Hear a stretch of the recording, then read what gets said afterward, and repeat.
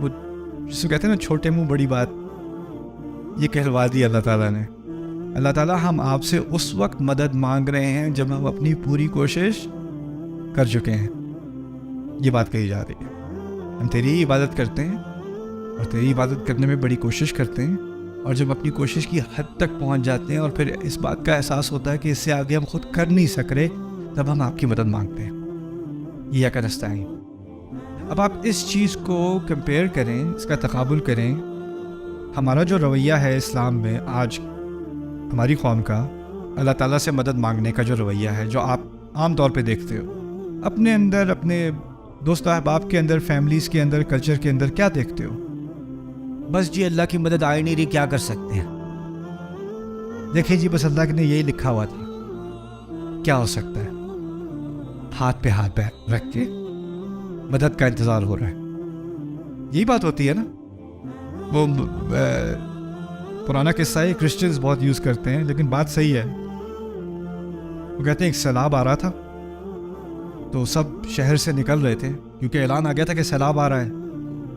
ایک صاحب نے کہا نہیں، میرا رب میرے لیے کافی ہے، تم لوگ جاؤ، میں اپنے رب سے مدد مانگوں گا. سارے نکل گئے، ایک بندہ رہ گیا گاؤں میں. سیلاب آ رہا ہے، پانی بڑھتا چلا گیا. تو ایک بندہ کشتی سے گزر رہا تھا، اس کے چھوٹی سی اس نے کشتی خود ہی پٹھوں سے بنائی اس نے، اور بنا کے کہتا ہے بھائی آ جاؤ میرے پاس ایک اور کی جگہ ہے. نہیں میرا رب مجھے میری مدد کرے گا، مجھے تمہاری کوئی ضرورت نہیں. اب پانی اوپر تک چلا گیا تو وہ اب چھت پہ کھڑا ہوا ہے اکیلا، پانی اوپر اٹھ رہا ہے. اوپر سے ہیلی کاپٹر بھی آ گیا، اس نے دیکھ لیا اسے، نے کہا آپ آ جائیں یہ پکڑ لیں. نہیں میرا رب میری مدد کرے گا. بندہ ڈوب گیا، فرشتے پکڑ رہے ہیں. وہ کہتے ہیں میرے رب نے میری مدد نہیں کی.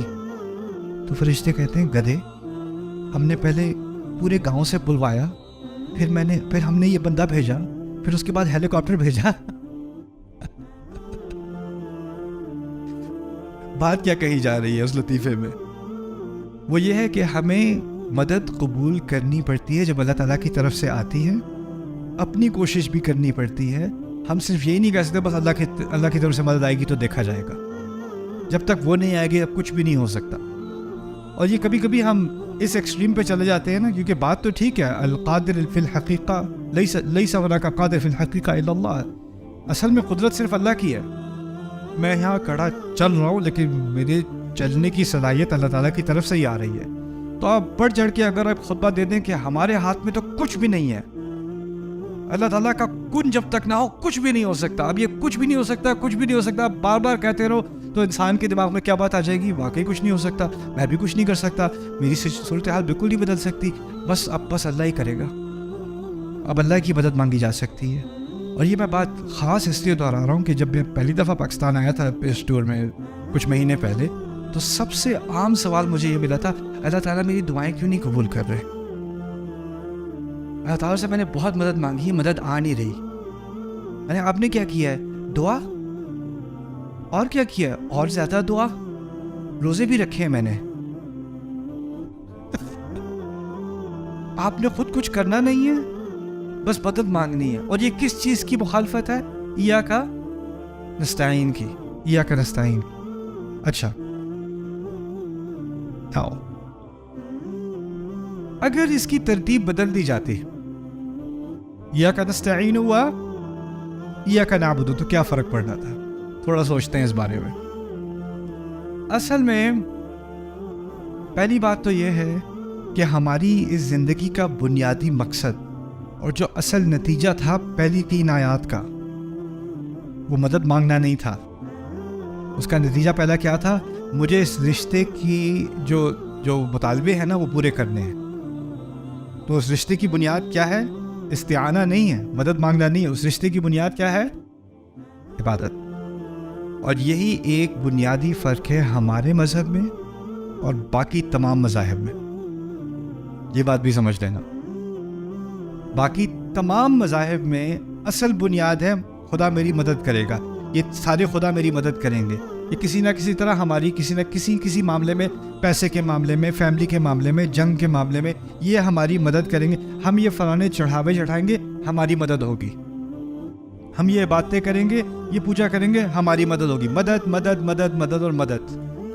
اصل مقصد مذہب کا, باقی تمام مذاہب کا کیا ہے کہ کہیں نہ کہیں سے آسمانی مدد آئے گی. یہ اصل مقصد ہے. کیوں دعا کر رہے ہیں, کیوں پوجا کر رہے ہیں, کیوں جو ہے چرچ جا رہے ہیں؟ مدد کے لیے. اور میں اس بات کو گہرائی میں سمجھنا چاہ رہا تھا کہ یہ واقعی ایسا ہے کہ نہیں, کیونکہ اسلام ان باقی مذاہب سے مختلف ہے. اسلام نے پہلی چیز مدد مانگنے کو نہیں رکھا. اسلام نے پہلی چیز کیا رکھی ہے؟ عبادت. ایاک نعبد پہلے ہے. اور یہ کوئی چھوٹا فرق نہیں, یہ بہت عظیم فرق ہے. اس فرق کو اگر آپ غور کرو نا, اس فرق پہ آپ کو پتہ چلے گا کہ اسلام کسی اور مذہب کی طرح نہیں, کسی اور مذہب کی طرح نہیں. کیوں؟ میں گیا تھا, کیونکہ میں ٹیکسس میں رہتا ہوں, میں نیو یارک سے ٹیکسس موو ہوا. ٹیکسس میں ایک صاحب ہیں جول اولسٹین. جول اولسٹین بہت بڑے عیسائیت کے جو ہیں دائی ہیں. ان کے چرچ میں تقریباً ہر سنڈے کو 50,000 سے 100,000 لوگ اٹینڈ کرتے ہیں ہر سنڈے کو. ہیوسٹن میں ہوتے ہیں, میں ڈیلس میں ہوتا ہوں, 3-3.5 گھنٹے کی ڈرائیو ہے وہاں سے. لیکن کوئی یہاں ابھی سے 6-7 سال پہلے کرسمس ایو پہ ان کا ایک کرسمس اسپیشل ہو رہا تھا ڈیلس میں. کرسمس اسپیشل جس طرح ہمارے ہاں عید کا خطبہ ہوتا ہے نا, ان کا کرسمس اسپیشل. اب وہ بندہ اتنا پاپولر کہ وہ کسی چرچ میں جا کے کر نہیں سکتا کیونکہ اتنے لوگ آنا چاہ رہے ہیں. تو اس نے بک کیا امریکن ایئر لائن اسٹیڈیم, جہاں پہ باسکٹ بال گیمز اور بڑے بڑے میچز وغیرہ ہوتے ہیں نا. اس نے وہ پورا اسٹیڈیم بک کیا ڈیلس کا. میں نے بھی ٹکٹ لیا, میں بھی گیا دیکھنے کیا ہوتا ہے, میں بھی دیکھوں کیا کرتے کیا ہیں یہ لوگ. اب میں وہاں گیا, 3 گھنٹے کا اس کا پروگرام تھا, اور اس نے اپنی ساس کو بھی بلایا ہوا تھا, انا للہ و انا الیہ راجعون. بیوی بھی اس کے ساتھ تھی, بھائی بھی اس کے ساتھ تھا, اور بڑے مزے کی باتیں کی انہوں نے. لیکن پوری بات کا تو وہ خلاصہ بھی آپ کو نہیں بتاؤں گا, ایک بات بتاؤں گا. وعدے کیا کر رہا تھا, اس سال تمہاری ساری خواہشیں جیزس پوری کر دے گا. کیا چاہیے تمہیں؟ وہ جو جس ڈیورس میں تم پھنسے ہوئے وہ کیس اس سال ختم ہو جائے گا. وہ جو تمہیں جاب نہیں مل رہی نا, جو پروموشن نہیں مل رہی, وہ اس سال تمہیں مل جائے گی. وہ ایک ایک چیز کو لسٹ کر کے نا, اس سال جیزس نے فیصلہ کیا ہے کہ تمہاری یہ خواہشیں پوری ہو جائیں گی. اور ہزاروں لوگ بیٹھے, میں اوپر بلیچ سب سے چیپ ٹکٹ دیا تھا میرے, وہ اوپر کونے میں. میرے ارد گرد جو سارے بیٹھے نا وہ کہہ رہے ہیں یس سر, یپ یس. وہ کیا سیل کر رہا ہے ان لوگوں کو کہ تمہاری ساری دعائیں کیا ہوں گی, پوری ہو جائیں گی, ساری خواہشیں ساری دعائیں قبول ہو جائیں گی.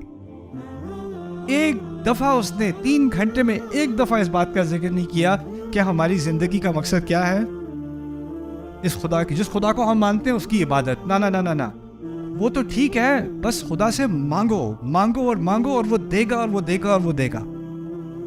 اب ٹھیک ہے, اللہ تعالیٰ سے مانگنا ہمارے دین میں, اللہ تعالیٰ سے دعا کرنا, اللہ تعالیٰ سے مطالبہ کرنا ہمارے دین کا حصہ ہے کہ نہیں؟ ہاں, لیکن وہ ایاک نستعین کے تحت ہے یا ایاک نعبد کے تحت ہے؟ ایاک نعبد کے تحت ہے, یعنی آپ پہلے اپنا کام کرو. اور ایاک نستعین میں بھی 2 حصے ہیں, میں نے 2 حصے سمجھائے تھے نا. پہلا حصہ کیا تھا؟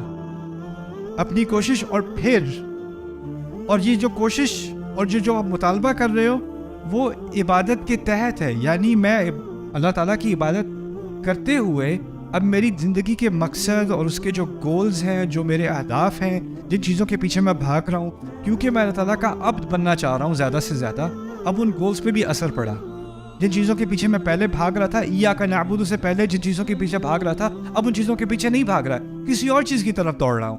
اب اس چیز کی طرف دوڑ رہا ہوں تو مجھے مدد کی ضرورت ہے, اب میں اللہ تعالیٰ سے مدد مانگوں گا. تو میری دعاؤں کی اصل نیچر ہی بدل گئی پوری طرح سے. اور اب ہم اس موڑ پر آ گئے ہیں مسلمان قرآن سے اتنے دور کہ اب ہم نے اپنا اللہ تعالیٰ سے جو رشتہ بنایا ہوا ہے نا اس وقت اکثریت نے ہماری, اس میں, اور جو عیسائی نے جیزس کے ساتھ رشتہ بنایا ہوا ہے, جو ہندو نے اپنے مندر میں رشتہ بنایا ہوا ہے اپنے خداؤں سے, اس میں تقریباً کوئی فرق نہیں رہا.